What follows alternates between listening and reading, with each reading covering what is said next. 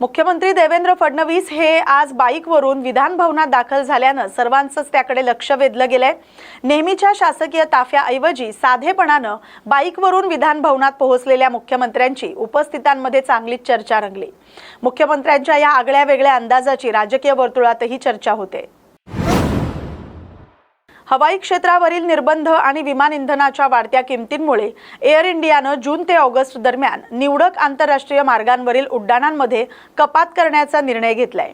यानुसार दर महिन्याला सुमारे 1200हून अधिक आंतरराष्ट्रीय उड्डाणं कमी होणार आहेत।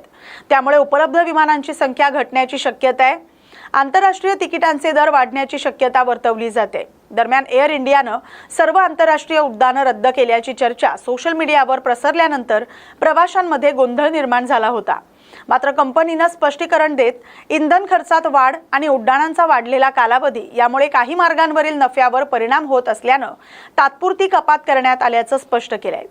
तरीही एअर इंडियाचे जागतिक नेटवर्क सुरूच राहणार आहेत।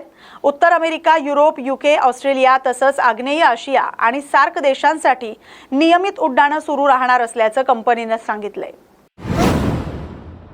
म्हाडाच्या मुंबई मंडळाच्या 2640 घरांच्या सोडतीतील गोंधळ कायम असून अर्ज प्रक्रिया पुन्हा एकदा लांबणीवर पडली।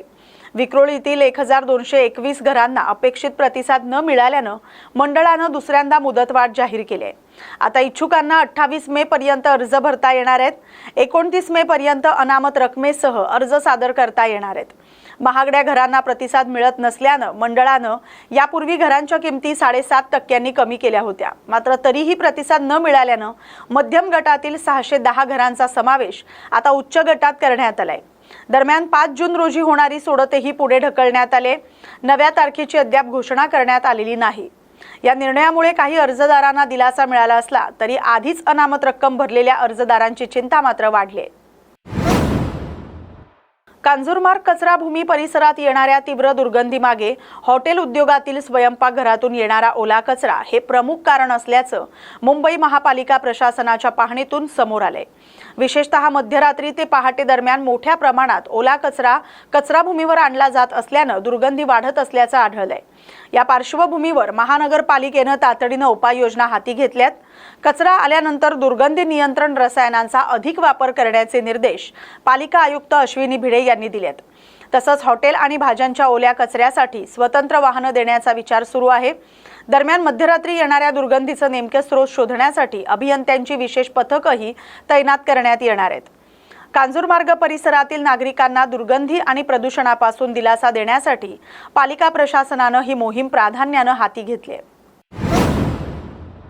मुंबईतील दुकानं आणि आस्थापनांवरील मराठी नामफलकांचा मुद्दा पुन्हा एकदा ऐरणीवर आलाय।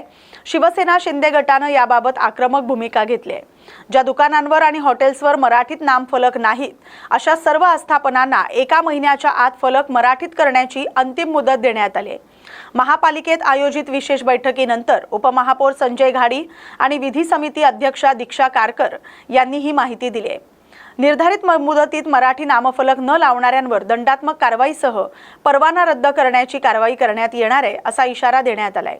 दरम्यान क्रॉफर्ड मार्केटसह काही भागात उर्दू आणि इंग्रजीमधील फलक आढळून आल्यानं त्यावरही विशेष कारवाई करण्याचे निर्देश देण्यात आलेत। मे महिन्यात मराठी नामफलकांसाठी विशेष मोहीम राबवण्यात येणार आहे। दर 15 दिवसांनी कारवाईचा आढावा घेतला जाणार आहे।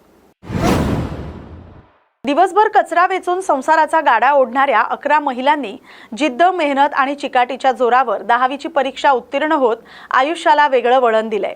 आता थांबायचं नाही या चित्रपटातून प्रेरणा घेत या महिलांनी पुन्हा शिक्षणाच्या प्रवाहात प्रवेश केला आणि संघर्षावर मात करत यश संपादन केलंय। घरची जबाबदारी, आर्थिक अडचणी आणि सामाजिक उपेक्षा यांचा सामना करत दिवसभर काम करून रात्री अभ्यास करणाऱ्या महिलांनी शिक्षणाचं स्वप्न सत्यात उतरवलं। स्त्री मुक्ती संघटना आणि प्रभात ट्रस्टच्या मदतीनं त्यांना मोफत मार्गदर्शन, पुस्तकं, परीक्षा शुल्क आणि आवश्यक कागदपत्रांची मदत करण्यात आली। विशेष म्हणजे परीक्षेच्या काळात अभ्यासासाठी 2 महिन्यांची भरपगारी रजाही देण्यात आली होती।